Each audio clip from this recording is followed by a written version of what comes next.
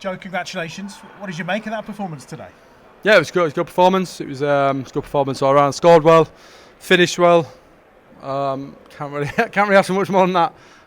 Yeah, it was a solid performance. I think, especially this particular second set. The first set was a bit edgy, probably from both of us, although it might look comfortable on my part. But the second set, I had a little word with myself in the break and just said, "Look, come out firing and put him under it." It's a long way back from 2-0 for anyone, so yeah, I think good performance all round. In terms of your many performances on the Ali Pali stage, where does it rank? Because average-wise, I think it's second. Yeah, well, definitely not second. Yeah, I'm not sure. It was a good performance. I suppose if you look at the year as a whole, it was probably better than what you would expect. But I know what I can do. I might not produce it on board 11 in Leicester, but when you get me on that stage, you got to scrape me off the stage. I give everything up there. If it's not good enough on the day, it's not good enough, no problem. But I give everything I've got. I think that's what's frustrating. We all know what you can do. Yeah. And then when you see you imagine being me. I know. Imagine being me then.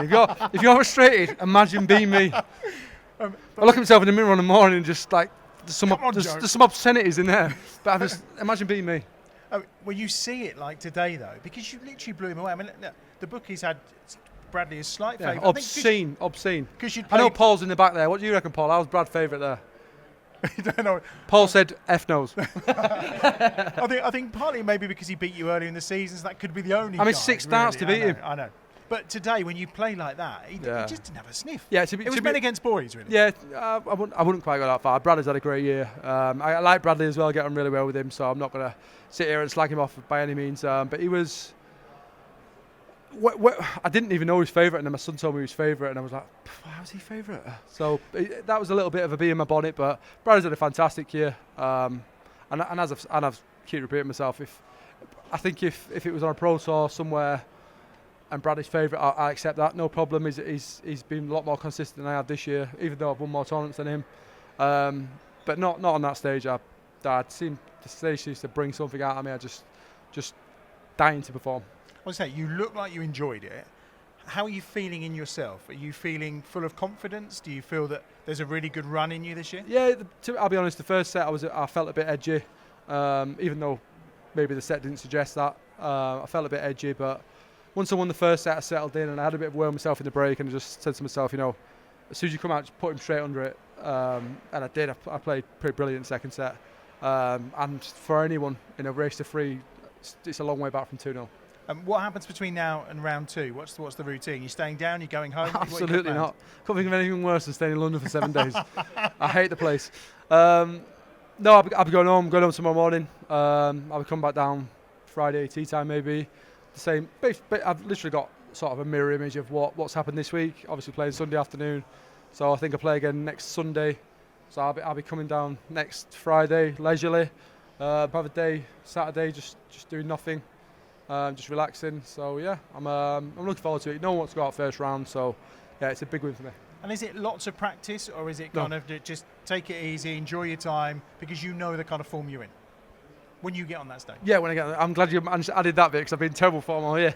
Yeah, no, do you know what? I'm a big believer in you can over practice, even though I don't practice that much, and I would see more benefit I see more benefit in practicing an hour a day.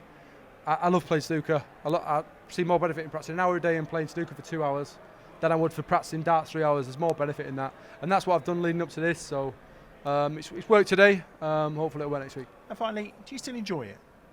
You know I don't. That's why you asked it. Such a loaded question, that. Of course it is. No, do you know what? Actually, that's what you're alluding to. I enjoy the crack with the boys. I don't enjoy the game. I've not enjoyed it for a long time, but I think that comes with the territory of being.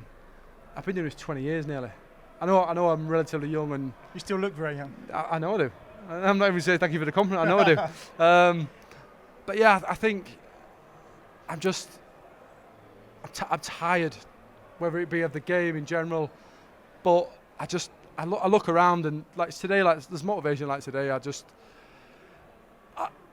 This year I've been at 30-40%. I'm not really practiced, not really done anything, and I'm still producing performances like that. I'm still qualifying for every TV event. There's players around me that are giving absolutely everything in their absolute power, and they're nowhere near to where I am.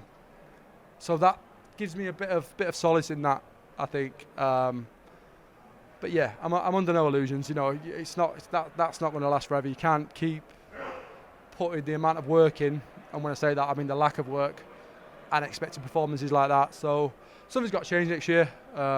Whether it be, you know, putting everything I've got into it, or whether it be sort of dialing down a little bit. Like I say, I'm still relatively young, but I look around the room when I go into a pro tour, and Vesselheim is a cracking example. Obviously, I played him last year, but you look at him, he's absolutely so hungry. There's, as I said, I did a previous interview. I think on natural talent, I don't think there's 5 or 6 players better than me in the world on natural talent, but on motivation and dedication, I could probably name 50 or 60 that are better than me.